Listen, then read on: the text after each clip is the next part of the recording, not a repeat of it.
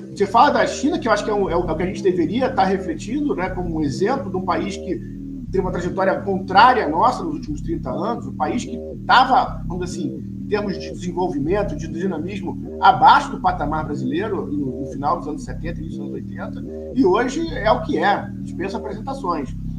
Mas pega Estados Unidos, pega Inglaterra, né? Eles fizeram a política do quantitative easing e usaram, só que eles não tinham banco público para fazer isso. A ideia no Brasil não foi uma ideia, vamos dizer assim, na contracorrente. Se fez no Brasil, que estava se fazendo no mundo inteiro. Vamos deixar isso muito claro, assim. Não foi um esquerdismo, uma heterodoxia. Uma invenção. Não, era um negócio. Isso estava estabelecido para o mundo inteiro. O Brasil simplesmente usou o que tinha, que era um banco público.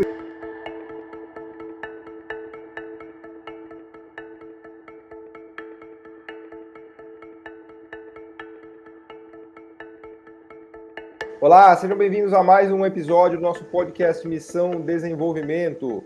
Eu sou Paulo Gala e hoje tenho o prazer e a alegria de receber aqui Arthur Koblitz, que foi um dos idealizadores do nosso podcast, ele que lá atrás, junto com outras pessoas, teve essa ideia e me convidou para participar desse empreendimento, eu aceitei com o maior prazer. E hoje a gente completa, inclusive, o programa de número 80. Então esse é um episódio aqui do podcast para a gente fazer um pouco de reflexão, né, de toda a estrada que a gente já percorreu até aqui e também pensar no futuro, né? A gente tem, obviamente, novidades no BNDES, com nova presidência, novos diretores, então vamos usar esse podcast, esse episódio, para debater um pouco sobre o futuro do banco, os desafios que estão colocados, né, as lições que a gente pode aprender com o que aconteceu no passado, e eu acho que ninguém melhor para nos ajudar a fazer essa reflexão do que o Arthur que é um grande conhecedor do banco, que está lá há muito tempo. Aliás, Arthur, né, te dou as boas-vindas, já pediria para você rememorar rapidamente aqui, para quem não te conhece ainda, fala só um pouquinho da sua trajetória, enfim, no banco, não só no banco, mas na sua experiência acadêmica também, porque tenho certeza que a maioria das pessoas já te conhece, mas para quem não te conhece, é legal se puder traçar aqui só contar para a gente um pouquinho o que você tem feito, e com isso eu já aproveito para te dar as boas-vindas aqui, uma alegria te receber aqui no podcast que você mesmo, na verdade, concebeu e ajudou a desenhar. Seja bem-vindo. Obrigado, Paulo. É verdade, a iniciativa do programa foi da Associação dos Funcionários, mas o programa não teria dado certo se não fosse aí a sua atuação, o brilhantismo com que você e o Roncaglia, mais recentemente, têm pilotado aqui as discussões, e a gente se beneficiou aí, com certeza, já da reputação que vocês tinham criado em discussões em trazer de novo para o debate da opinião pública a questão do desenvolvimento, da industrialização. Isso teve uma época em que isso parecia enterrado. Eu acho que vocês tiveram um grande papel. Mas pode citar também o pessoal todo lá da Conexão Xangai, né, que trouxe esse tema. Agora que a gente está no governo, o Wallace está no governo, né? Então, eu acho que foi uma aliança muito, muito interessante, né? O nosso interesse a gente tinha muito claro isso, como associação do BNDES, né, era não fazer um programa para defender os empregados do BNDES, coisa do tipo, era fazer um programa para debater o desenvolvimento, né, para debater a situação do Brasil, que no meu modo de ver, foi um país que, nesses últimos 30 anos, né, o que basicamente a gente fez, assim, simplificando, mas assim, em termos de significado histórico, que a gente somou a nossa desigualdade de renda, né, com um problema de estagnação. Interrompemos um processo de catch-up, né, de você se aproximar dos países mais desenvolvidos. O Brasil estagnou nesse sentido. Então, assim, eu acho que a gente achava ruim não ser o país do futuro, a gente agora nem mais... Ficou pior ainda. Estava ruim, ficou pior ainda. Então, isso coincide com o período de democracia. Lógico, o problema não é a democracia, mas o problema é que a gente tem que enfrentar isso com as armas da democracia. O Brasil arrancou para o desenvolvimento com uma democracia, então a gente tem que trazer a população brasileira de novo para falar do nacional, para falar do desenvolvimento, né? Na opinião progressista mesmo, né, que é a opinião que a gente é mais próximo, mesmo os temas nacional perderam né, a importância, a relevância que tiveram no passado. Até que permitiu ser apropriado aí por esses pseudos patriotas, e o nome patriota tá destruído aí, né? Então, assim, eu acho que o programa trouxe para o debate coisas concretas. As pessoas são... Eu me lembro de você sempre comentando quantas pessoas não conhecem coisas que o BNDES faz. Então, acho que divulgar o que o BNDES faz é importante falar para a gente entender o que estágio de desafio de desenvolvimento a gente está. Bom, dito isso, sobre a minha formação, eu sou da UFRJ, né? Eu tenho graduação e doutorado na UFRJ em economia, e eu trabalho no BNDES desde 2008, e aqui trabalhei no Campeonato de Comércio Exterior. E de 2016 em diante, eu passei a estar na diretoria da Associação dos Funcionários do BNDES, né? Sou presidente já há alguns anos aqui, eu estou no meu segundo mandato, mas eu assumi a presidência da associação no mandato que eu não tinha sido eleito para presidente, era vice. E eu sou já há 2 anos, há 1 ano e meio, membro do Conselho de Administração do BNDES, né? Membro eleito pelos empregados do banco, né? As empresas, para quem não sabe, né, as empresas públicas têm essa figura do representante dos empregados do Conselho de Administração. Eu há 2 anos sou empregado do Conselho de Administração, e então eu assumi aqui, fiquei à frente da representação dos empregados do banco num momento muito delicado, né, em que o BNDES era alvo de ataques constantes, né, na opinião pública, em que teve condição coercitiva, em que havia uma discussão para você realmente desmontar o BNDES, transformar ele talvez numa agência pública de aconselhamento sobre estratégia de desenvolvimento, uma coisa de consultar e de construir, de organizar licitações, enfim, era a ideia aqui na ideia que prevaleceu do governo Temer em diante, não tinha mais, e no governo Bolsonaro, claramente tinha na economia ministros e, enfim, secretários abertamente hostis ao BNDES. Isso na contramão do que está acontecendo no resto do mundo. Nesse mesmo período, a gente vê os bastiões da visão liberal, os Estados Unidos e Inglaterra, né, países com mercado de capitais mais desenvolvido do mundo, profundo, etc.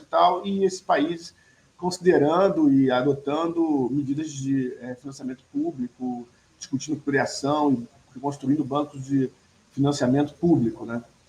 Então, e esse período aí, a gente agora teve, nessa gestão já que iniciou do presidente do BNDES, do Mercadante, muito reconhecimento da parte da nova diretoria, no nosso papel, né, em resistir, em defender o BNDES, enfim, ele reconheceu isso no discurso de posse dele, de forma muito enfática, né? Então, a gente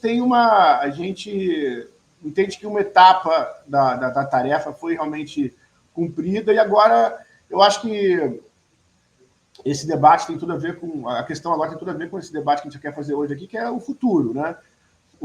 Assim, não é mais a gente não espera mais ter que fazer ter uma atuação na associação, uma atuação de resistência, mas agora é uma atuação para discutir os caminhos do BNDES e do país, no fundo, né? Boa. Fantástico. Então, acho que vamos começar com as ideias que estão colocadas na mesa pela nova presidência, pelos novos diretores, né? Tanto no que a gente viu no discurso do Luiz Mercadante, do próprio Nelson Barbosa, que é o meu colega lá da FGV, que tem falado muito sobre as diretrizes para pensar o banco no futuro, né? Me parece que a ideia, né, pelo menos nos termos que o Nelson Barbosa tem colocado, é que o banco volte a assumir um protagonismo, aumente os financiamentos para algo como 2% do PIB, até para as pessoas terem perspectiva. Lá atrás, em 2011, 12, o volume de financiamentos chegou a 4% do PIB. Né? Fazendo uma conta rápida, hoje, com um PIB de 10 trilhões de reais, grosso modo, que a gente tem, naquela época, o banco, por ano, estava financiando algo como 400 bilhões de reais. Agora, isso daí despencou, caiu para menos de 1%, talvez você tenha até um número mais atualizado, mas no último ano acho que não chegou chegou próximo, talvez, de 100 bilhões de reais. E a ideia é que isso volte para 2% do PIB, que daria 200 bilhões de reais por ano para um balanço de mais ou menos 1 trilhão, que já foi de 1 trilhão e pouco, 1 trilhão e 200 pelos últimos dados que eu vi, que hoje está próximo também de 600 bilhões, né? Teve um enxugamento do banco impressionante, né, tanto em termos do tamanho do balanço quanto do volume de financiamento, né? Então, esse é o primeiro ponto para a gente debater, o tamanho do banco, né, Arthur, que veio de 4, caiu para 1 e agora a ideia é voltar para 2, e depois um pouco dos eixos de investimento, né, de infraestrutura, de transição verde, de inovação, mas acho que começaria por essa questão do tamanho do banco, acho que é uma primeira reflexão que a gente poderia levantar, né? O que você acha? Eu acho sim, eu acho que esse é um primeiro debate e eu acho que aqui tem um buraco aí de informação no que circula na opinião pública sobre isso, né? O banco caiu para patamares de desembolso, de participação do desembolso no PIB, caiu para patamares abaixo do período imediatamente pós o Plano Real. Estou falando aqui do governo Fernando Henrique. Tá? Então, o patamar do banco caiu, encolheu para patamares aquém do que você tinha naquele período. Porque as pessoas normalmente falam o BNDES cresceu demais no governo do PT. Né? Mas essa redução do tamanho do banco, ela passou não do patamar que chegou no máximo ali em 2010, 2011, ela chegou a um patamar abaixo da segunda metade dos anos 90. Né? Então, foi realmente um processo que aconteceu com plano, né? Isso não acontece por acaso. Essa era uma meta de realmente encolher o BNDES, né? E isso acontecendo no momento, como a gente falou aqui, em que, né, o país se desindustrializa e tem todas as infraestruturas aí para botar de pé. Né? Esse a situação. Eu acho que a atual direção ela tenta dialogar com essa opinião que está formada, vamos dizer assim, a opinião econômica média. Então, chama atenção, ela quer voltar ao patamar, vamos dizer assim, médio histórico anterior ao período de desembolsos. Eu acho que é importante a gente avançar para além dessa discussão. Entender por que o BNDES cresceu no período da crise, que é isso que aconteceu, né? No período ali da crise financeira internacional. Ora, assim, às vezes parece que isso foi uma idiosincrasia brasileira, mas no mundo inteiro, né? O Paulo aqui pode dar exemplo. Perto da China, perto do que a China fez, a expansão no BNDES foi mínima, né? Se a gente olhar o que a China fez, né? Mas você fala da China, que eu acho que é o que a gente deveria estar refletindo, né, como um exemplo de um país que tem uma trajetória contrária à nossa nos últimos 30 anos, um país que estava, vamos dizer assim, em termos de desenvolvimento, de dinamismo, abaixo do patamar brasileiro no final dos anos 70, início dos anos 80, e hoje é o que é, dispensa apresentações. Mas pega Estados Unidos, pega Inglaterra, né? Eles fizeram a política do quantitative easing e usaram, só que eles não tinham banco público para fazer isso. A ideia no Brasil não foi uma ideia, vamos dizer assim, na contracorrente. Se fez no Brasil o que estava se fazendo no mundo inteiro. Vamos deixar isso muito claro, assim.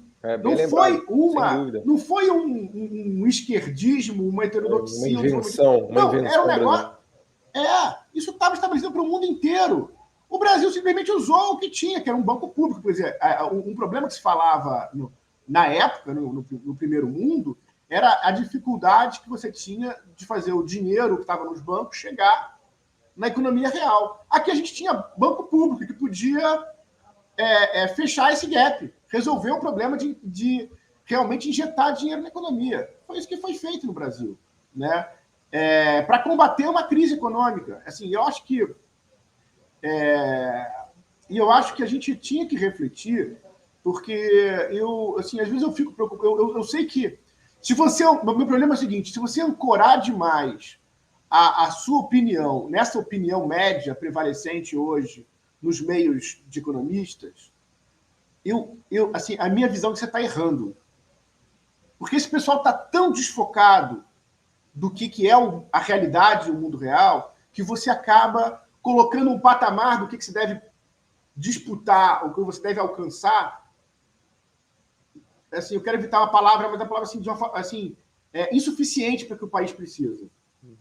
Às vezes até de uma forma medíocre, perto do desafio do Brasil. O Brasil não tem para resolver um problema de crescimento dos últimos 3 anos. O Brasil tem para resolver um problema de 30 anos de perda de caminhamento do desenvolvimento. Essa é a minha visão. Então, desse ponto de vista, o que o Brasil tem que ter colocado hoje é um grande plano de reindustrialização e, em função desse plano, determinar que tamanho o BNDES tem que ter, que subsídio o BNDES tem que praticar.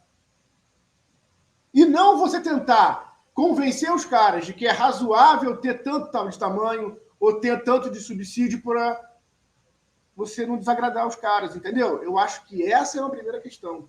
Onde a gente quer chegar? E mais, às vezes, no discurso, se assume, isso me preocupa também um pouco, que se assume uma crítica velada, uma concordância com a crítica, que essa opinião média muito liberal faz sobre o período de maior desembolso do BNDES. Houve realmente um exagero de desembolso. Como considerar isso? Não considerar isso é uma opinião quase estigmatizada. Você não faz o debate um debate importante que essa crítica da opinião média coloca. Por que o Brasil não sofreu um arranque de desenvolvimento, como não sofreu, apesar de toda essa injeção de recursos via BNDES e bancos públicos naquele período? Esse debate tem que ser feito. O problema é excesso de subsídio? Eu discordo disso. Eu discordo radicalmente disso. Qual foi o furo ali? Então, esse debate nunca foi feito, Paulo. Eu não sei se você discorda de mim. Não, esse na verdade... O que não ocorreu de errado ali? Não, na verdade, a visão liberal é clara, né? Só para passar a bola para você. A visão liberal é clara. É muito governo, é muito Estado, é muito subsídio. Não podia dar certo. E qual é a visão do outro lado? Mas acho que tá perfeito isso que você está colocando, Arthur. Eu acho que a gente precisa colocar no contexto da crise, porque o que se fez ali de 2008, 2009 até 2012 foi uma resposta à grande crise de 2008. Né? Se você tira isso do contexto, parece que o Brasil inventou de pegar um banco público e dar uma bombada no banco público para fazer o país crescer, e isso não deu certo.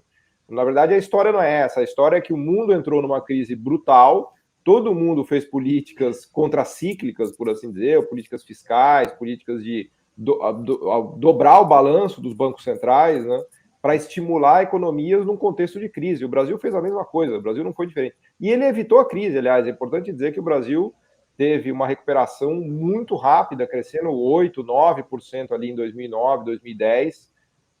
Teve uma recuperação exuberante da crise de 2008, né? Então, nesse contexto, o BNDES realmente cumpriu um papel anticíclico, para usar uma palavra horrível que os economistas gostam, né? Que é o quê? De tirar a economia da crise, do buraco, né? Foi isso que foi feito, né? Agora, não dá para você esperar que, né, no meio de uma crise, o país consiga também crescer de maneira exuberante durante vários anos, porque acho que tem um ponto aí chave que você levanta, que é das cobranças que se colocam, né? Porque se coloca uma cobrança nessa política do BNDES que você gastou 4% do PIB, mas o país não reencontrou a rota do crescimento sustentável. Não, na verdade ele se recuperou de uma crise monumental que foi a crise de 2008, né? Agora, os outros passos são outros passos, né? Isso que a gente... Perfeito. Eu acho que isso é parte da resposta, Paulo, mas eu acho que a gente continuou fazendo desembolso nos anos até 2014 de forma intensa no Brasil. Eu sugeriria como temas para debate do porquê isso não acabou se tornando uma arrancada do desenvolvimento, né? Quer dizer, para além de... Primeiro isso você falou, né? Quer dizer, tem que ser considerado, e na época todo mundo considerava, era muito amplamente a opinião. A atuação foi fundamental, o Brasil conseguiu evitar descarrilhar e enfim, se afundar com a crise econômica. E depois o debate, né, desde a época, você continuou, né, com os gastos e aí os subsídios de desenvolvimento. E por que isso não criou um processo, uma arrancada maior para o desenvolvimento? Eu acho que tem vários temas que teriam sido colocados isso. Para mim, não é o subsídio, mas falta de priorização. qual foram as apostas que o país fez concretamente? Qual foram a estratégia que foi desenhada naquele momento de quais são os setores que iriam levar à arrancada do país? Eu acho que aqui tem uma primeira coisa. A segunda é que toda essa política foi feita, né, tendo como premissa esse dogma do tripé da política macroeconômica. Então, assim, e um dos pés do tripé é o quê? É que o governo tem que estar permanentemente em superávit. Não é isso? Então, o governo não podia usar o instrumento fiscal para fazer a recuperação por meio da política fiscal. Um governo que está permanentemente... Então, assim, você teve que usar as ferramentas, que é o problema disso no Brasil e no mundo, né? Você podia usar a política monetária, injeção de dinheiro, né? Mas através do Banco Central, aqui no Brasil, através dos bancos públicos. Mas isso tem vários problemas. Porque você reduzir... Né? E aí teve políticas de subsídio, de redução de impostos geral ali no governo Dilma, você fez para incentivar, sem nenhuma contrapartida, sem nenhuma cobrança. Né? As coisas do BNDES, pelo menos, sempre tem a cobrança, porque o cara só recebe o crédito mais barato se ele efetivamente investe, certo? Mas você fez um bando de política sem estratégia e sem contrapartida clara. O que acontece quando você quer incentivar uma economia a se desenvolver e crescer e você dá para ela subsídio, mas não dá, vamos dizer assim, você não gera oportunidades de crescimento de mercado? O que a política fiscal faz? A política fiscal gera demanda para as empresas. Né?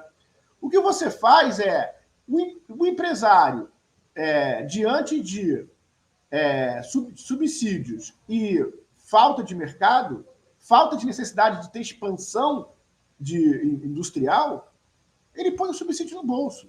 Isso houve. Isso certamente houve nos subsídios fiscais praticados e houve, em parte, em relação ao desembolso do BNDES. Quando você... no BNDES acontece isso, o cara substituindo, o cara faz o investimento que ele já ia fazer de qualquer maneira, ele faz com o dinheiro do BNDES.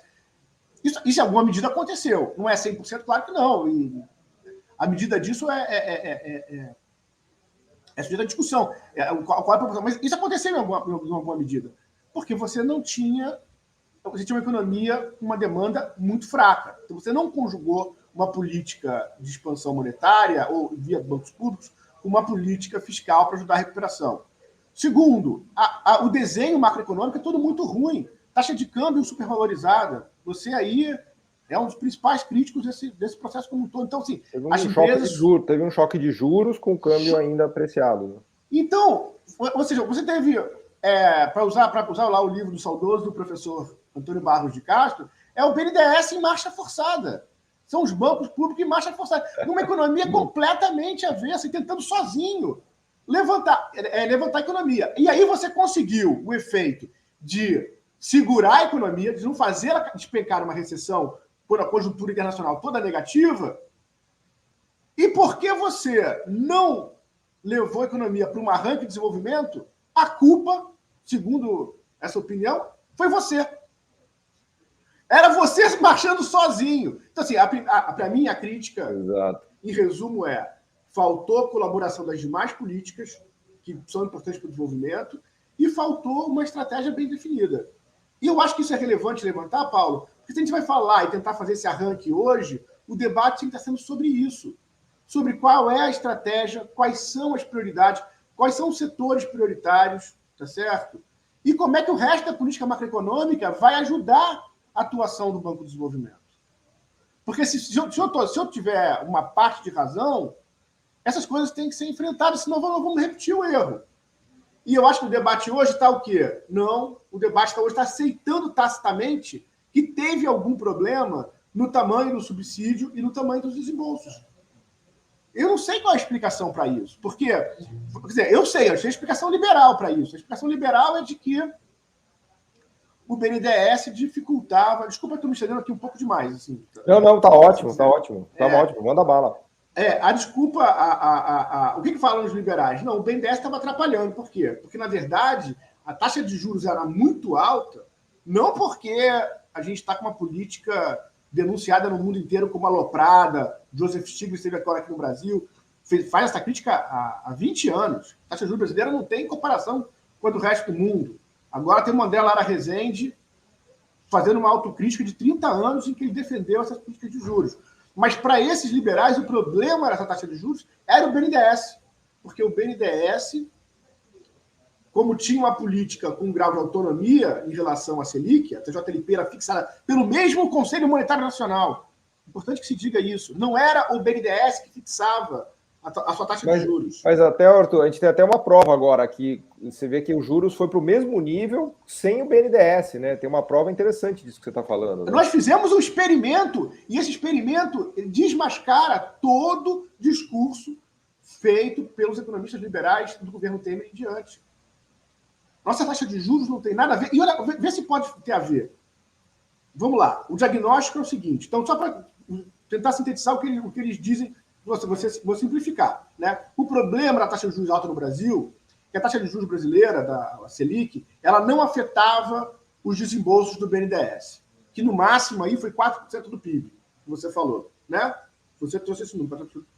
Então, assim, faltava tornar essa taxa sensível à taxa Selic.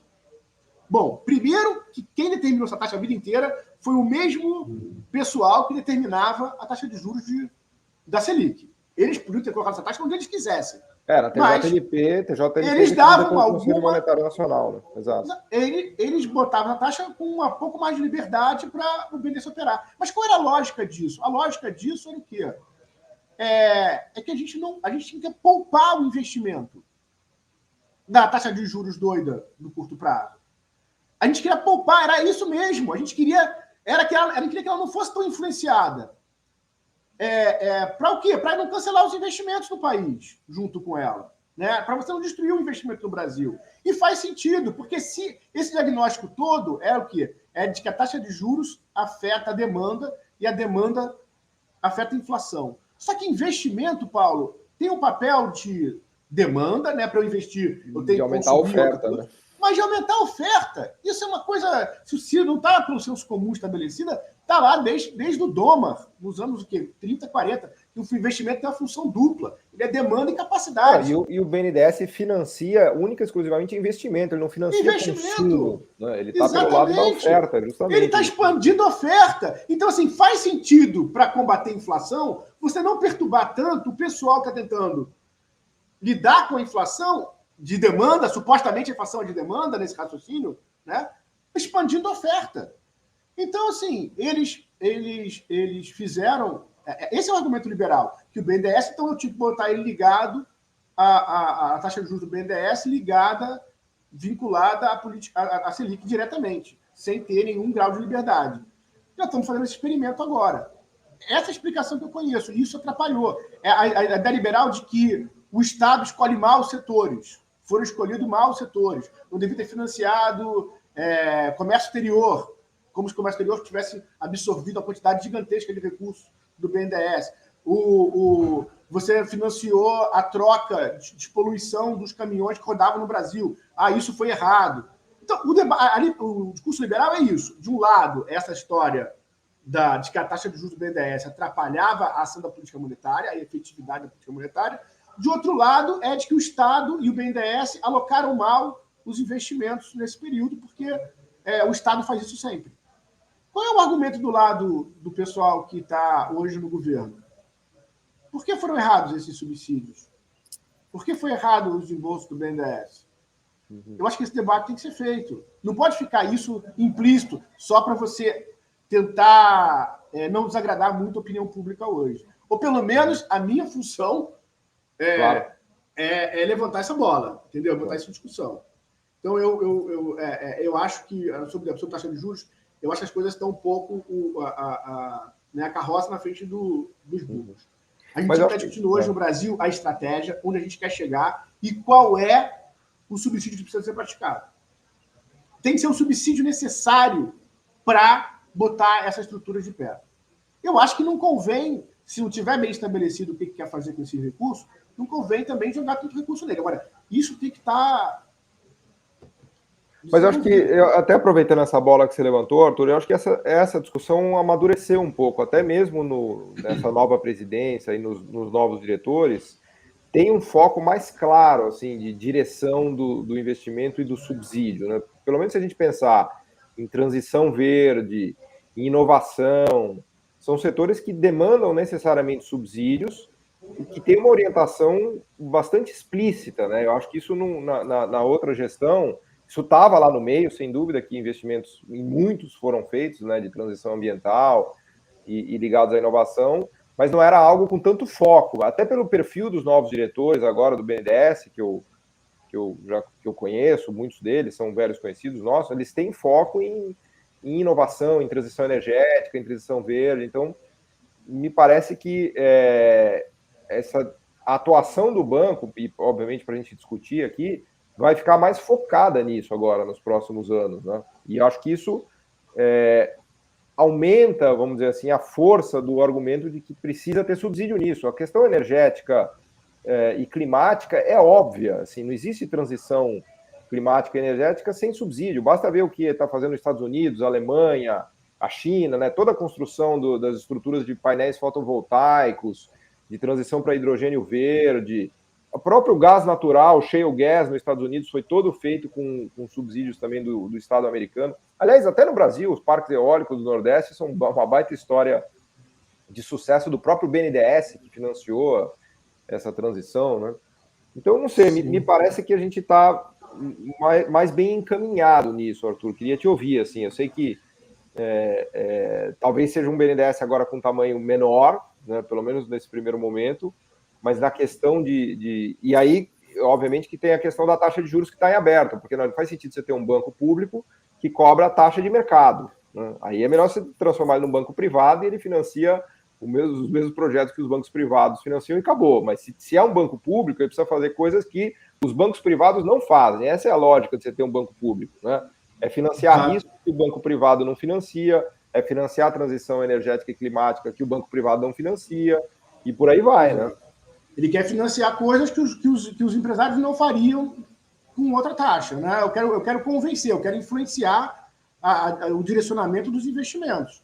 Então, eu quero influenciar, eu tenho que oferecer alguma coisa que o mercado já não dispõe, não oferece, né? Então, quanto maior é esse meu subsídio, maior é esse meu poder de influenciar a economia. Se você concorda que a economia brasileira precisa de um impulso forte numa reorientação, você precisa de um banco e de um governo que possa ter uma influência pesada nesse redirecionamento.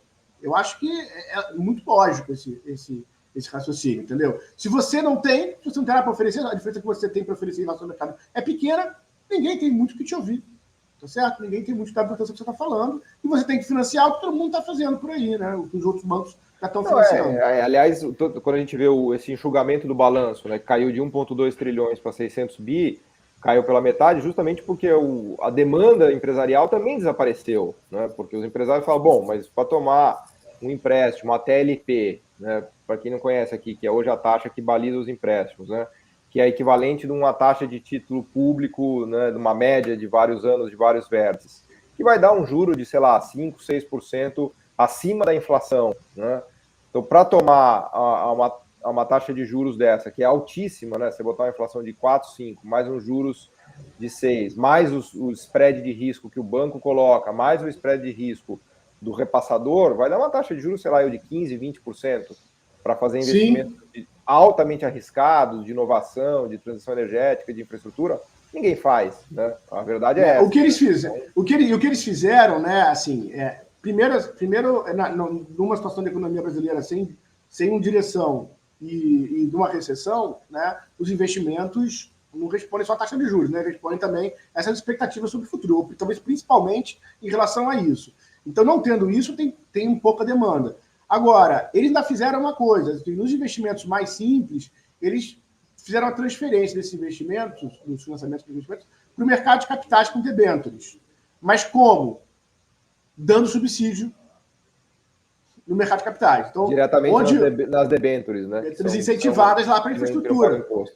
Que não paga imposto. Então, mas agora, esse processo de deslocamento desses investimentos de financiamento para esses investimentos é limitado, porque você consegue só alcançar com eles, são pessoas físicas, pessoas jurídicas também, mas quem tem mais subsídio é a pessoa física, né, quando não paga imposto. Agora, você passou investimento em linhas de transmissão, em ampliação de estrada onde já tem pedágio, são coisas que não tem muita incerteza. Mas para você viabilizar isso, você teve que dar subsídio. Então você tirou do BNDES, passou para o mercado de capitais o subsídio, que eles falavam que era o problema, né? E você consegue substituir a parte do investimento que é mais simples, né? E isso, em parte, aconteceu. Agora, como é que você vai transformar esse mecanismo em um mecanismo que vai substituir investimento em coisas mais arriscadas? É muito complicado. Então, eu acho assim, o BNDES continua sendo praticamente o único banco que fornece crédito num prazo maior, né, para questões de investimento. Então, sem dúvida que a taxa é um problema e tem que ser resolvida. Sobre a agenda, eu acho que é uma agenda mundial, como você falou, é uma agenda que está colocada para o mundo inteiro, ela é meio óbvia, né? Então, até assim, ficou mais fácil, né? Se o problema é planejar onde tem que apontar e priorizar, mas eu acho que tem muitos perigos nesse rótulo bonito, transição verde. A gente tem que estar atento, porque o mundo coloca desafios e a gente tem que ter independência, entender as especificidades do país para conseguir aproveitar as oportunidades e não cair nas ciladas que essas agendas colocam, né? E os países que dão certo são os países que fazem essas boas escolhas. Eu acho que sobre transição, por exemplo, a gente tem que levar primeiro lugar em conta uma coisa que precisa ser mais dita, que o Brasil tem um perfil de emissão de carbono muito diferente dos principais países do mundo. Se você for pegar China, Estados Unidos, países da Europa, a emissão de carbono está muito ligada à produção de energia. Não é o nosso caso. A nossa é limpa, né? A nossa é limpa. A nossa emissão de carbono está concentrada principalmente na questão de coisas associadas ao desmatamento e gado bovino, né? E agro. Né? Do agro, por conta do metano lá, né? Exato. É uma situação muito diferente. E se você transformar no Brasil, vamos dizer assim, moda, vai ser uma histeria meio contra combustível fóssil, o Brasil acabou de descobrir, numa saga de décadas, conseguiu descobrir e vislumbrar a autonomia na produção enfim, e consumo aí de combustível fóssil. A gente achou uma Arábia Saudita no Atlântico Sul, né? Foi a maior descoberta do uma epopeia aí, tipo, Roma dos portugueses. O Brasil, todo mundo disse que não tinha, o Brasil chegou lá e conseguiu. E agora, eu fico às vezes preocupado, que eu vejo na cabeça de muita gente, não estou falando de ninguém especificamente, nem da diretoria de nenhum governo, mas assim, há um clima cultural, uma opinião que se expande, que é feio tudo que é combustível fóssil. Que a gente não deve fazer. Outro dia, li superficialmente uma manchete de jornal que a Marina Silva, né, agora deputada, ex-candidata a presidente, está falando que talvez a Petrobras não tenha que fazer mais isso. Isso eu acho uma opinião complicada. O Brasil tem que conseguir desenvolver e aproveitar, né, o que alcançou com a questão do pré-sal, entendeu? Então, assim, e nós temos uma estrada enorme. Você falou de gasoduto, de shale gas nos Estados Unidos.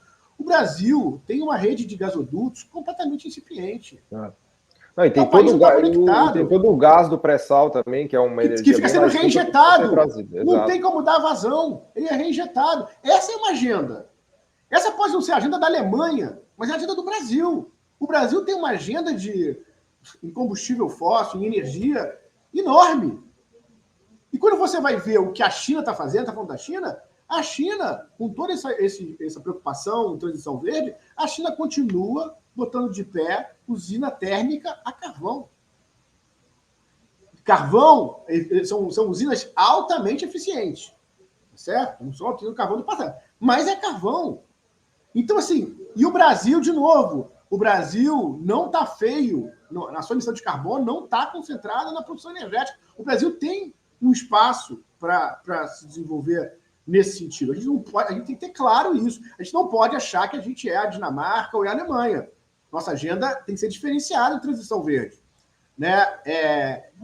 Então, assim, eu vou dizer uma coisa também que eu acho também eu quero ver mais debatida. Tá? A questão do hidrogênio verde é um desafio espetacular a ser feito. A ideia de uma economia em que o hidrogênio vai ser um portador de energia que não é poluente, que você pode transportar de lá para cá, que você pode botar nos...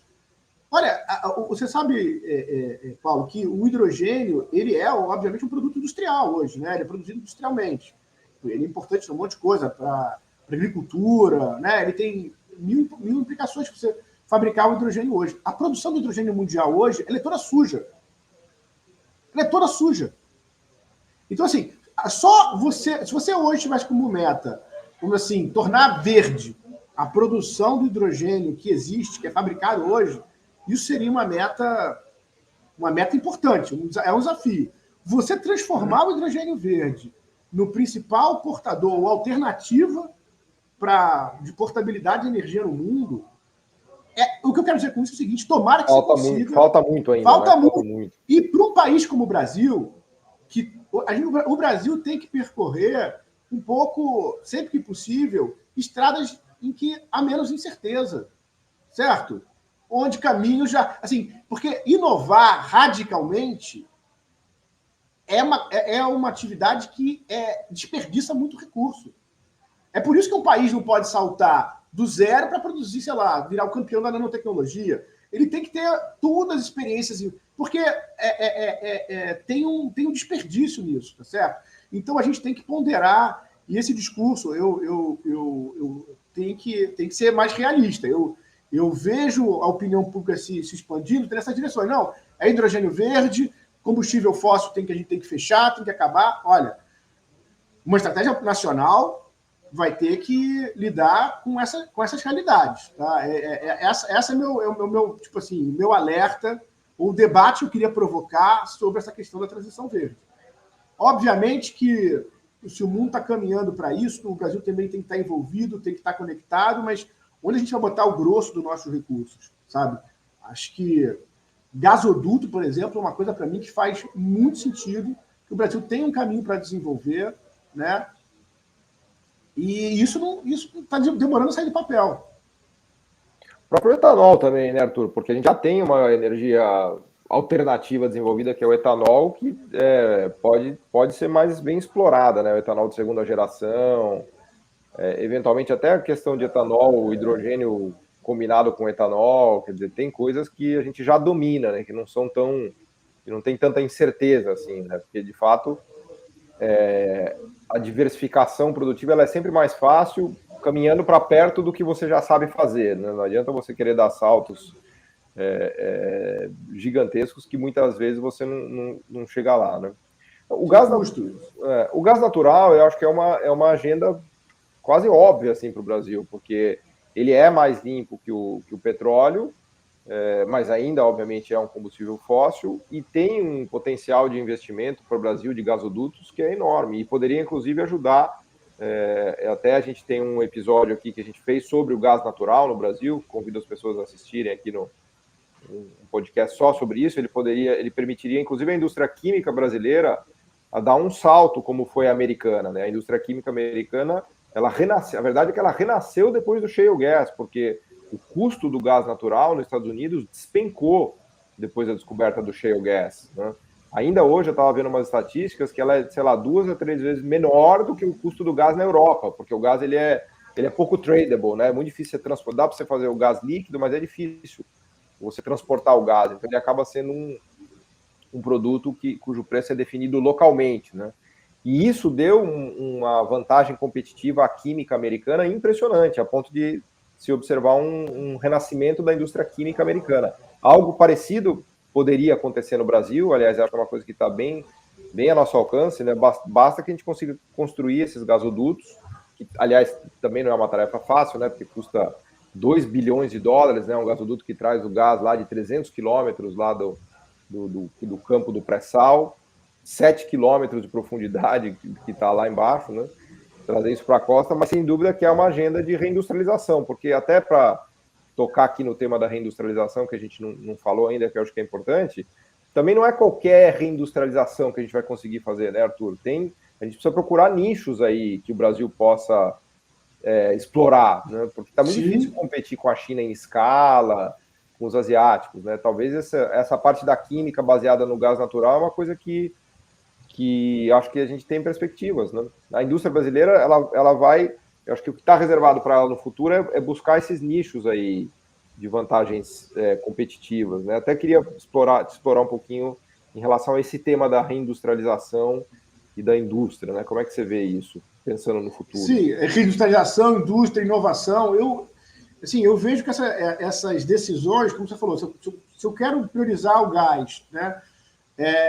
Se olhar os custos como estão hoje, essas coisas às vezes não fazem sentido. Mas quando você vê a trajetória que você pode...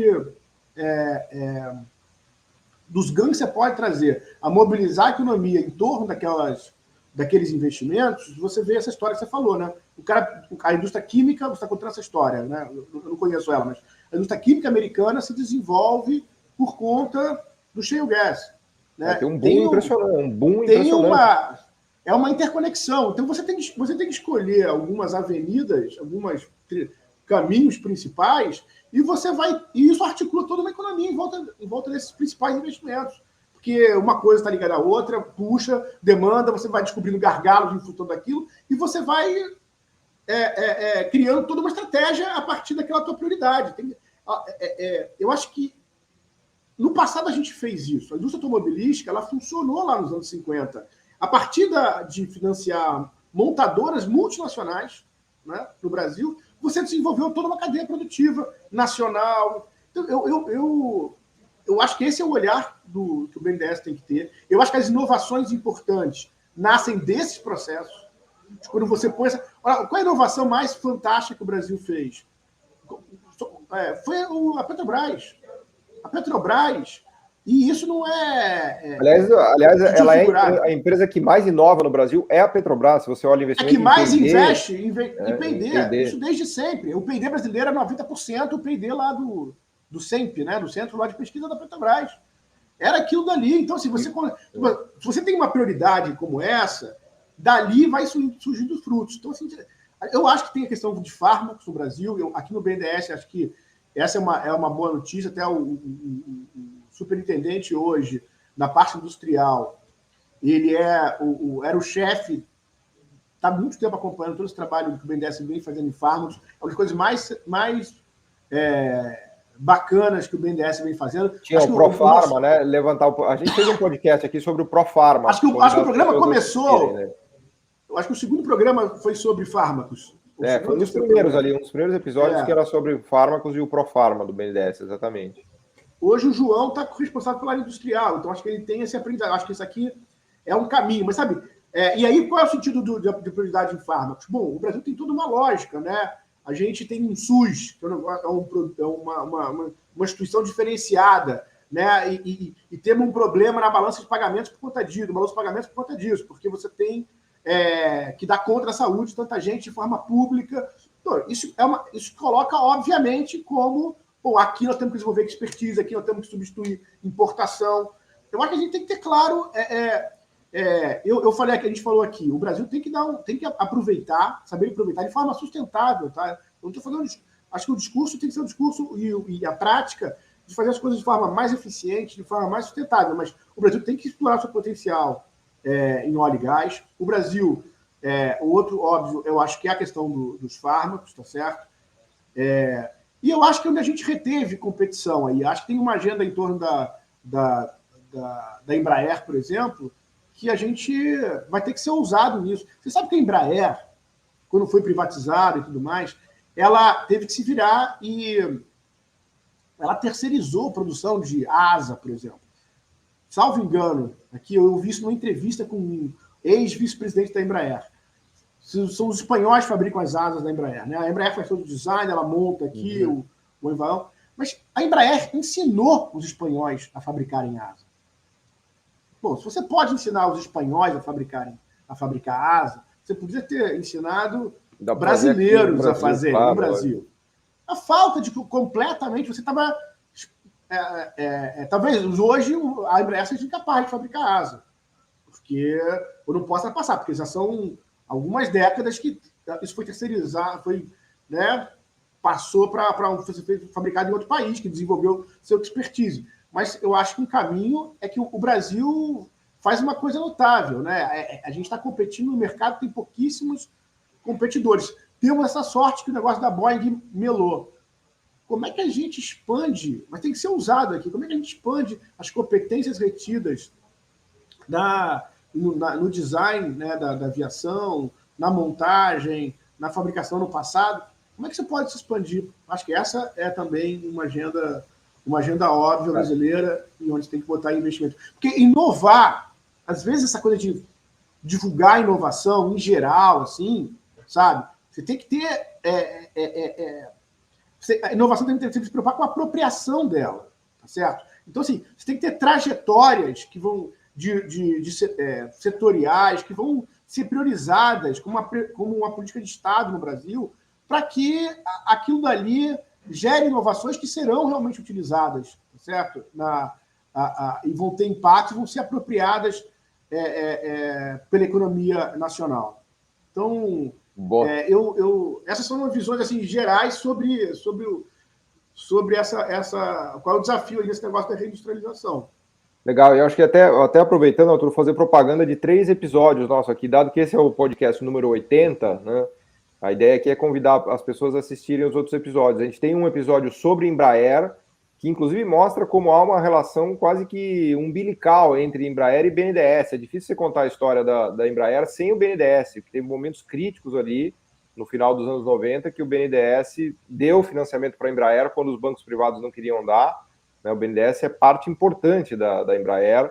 Tem um episódio aqui em que a gente conta essa história. Tem um episódio sobre os fármacos da Profarma, que é muito interessante.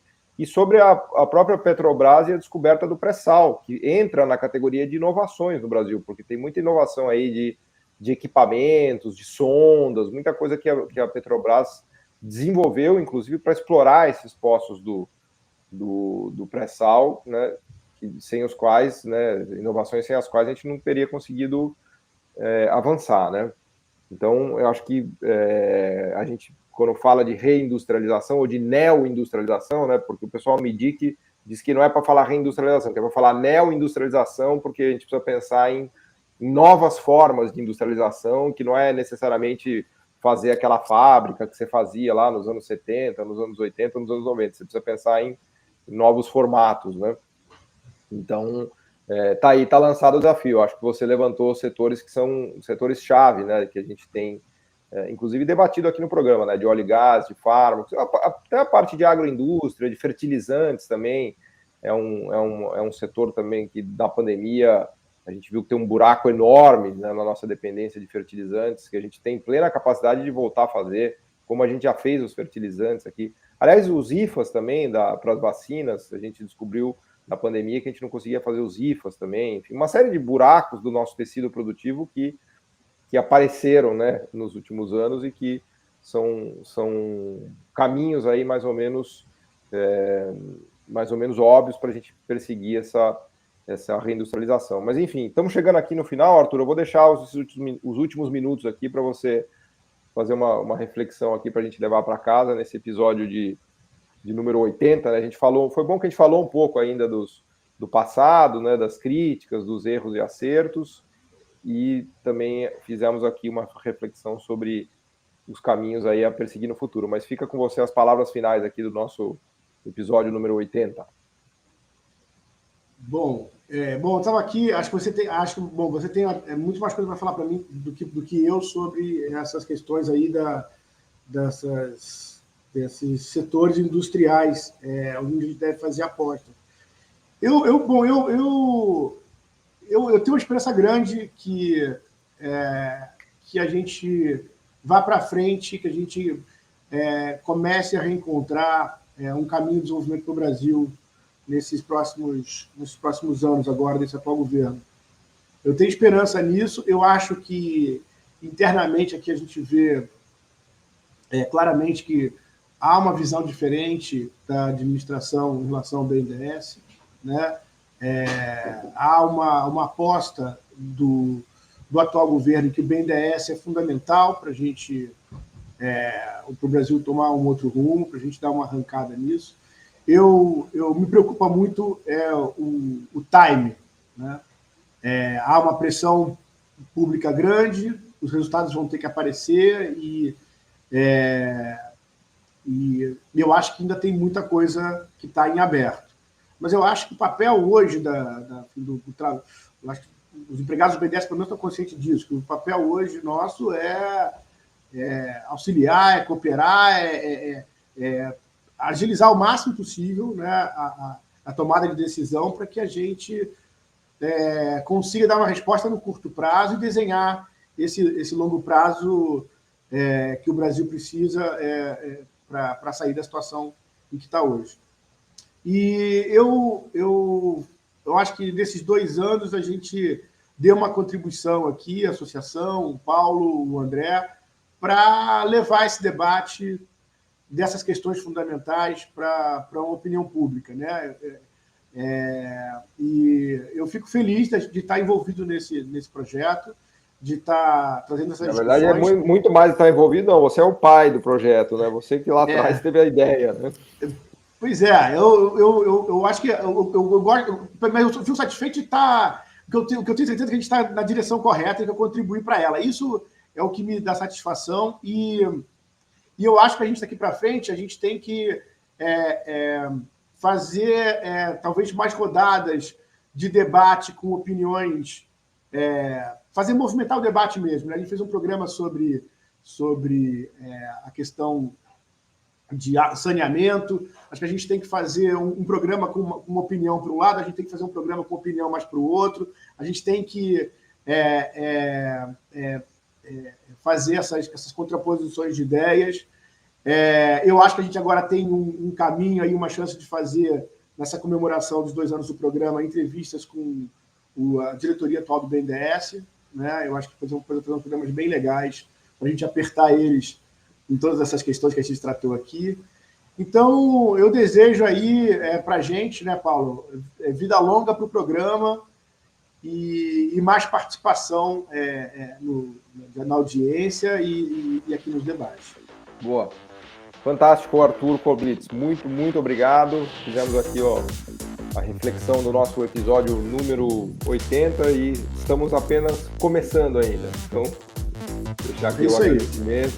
Tenho certeza que todos que nos viram aqui devem ter gostado bastante da análise. Obrigado, Arthur. Forte abraço. Obrigado a todos. Valeu. Um abraço, Paulo. O podcast Missão Desenvolvimento é uma realização da AFB-NDS, Associação de Funcionários do BNDES, e vai ao ar semanalmente em todas as plataformas digitais. O programa tem direção de Felipe Peçanha, produção de Tatiana Gurgel e edição de Pedro Rocha. Para saber mais, acesse nosso site www.missãodesenvolvimento.com. Você também pode assistir a outros episódios já gravados nos canais do Missão Desenvolvimento e da AFB-NDS nas redes sociais. Até a próxima!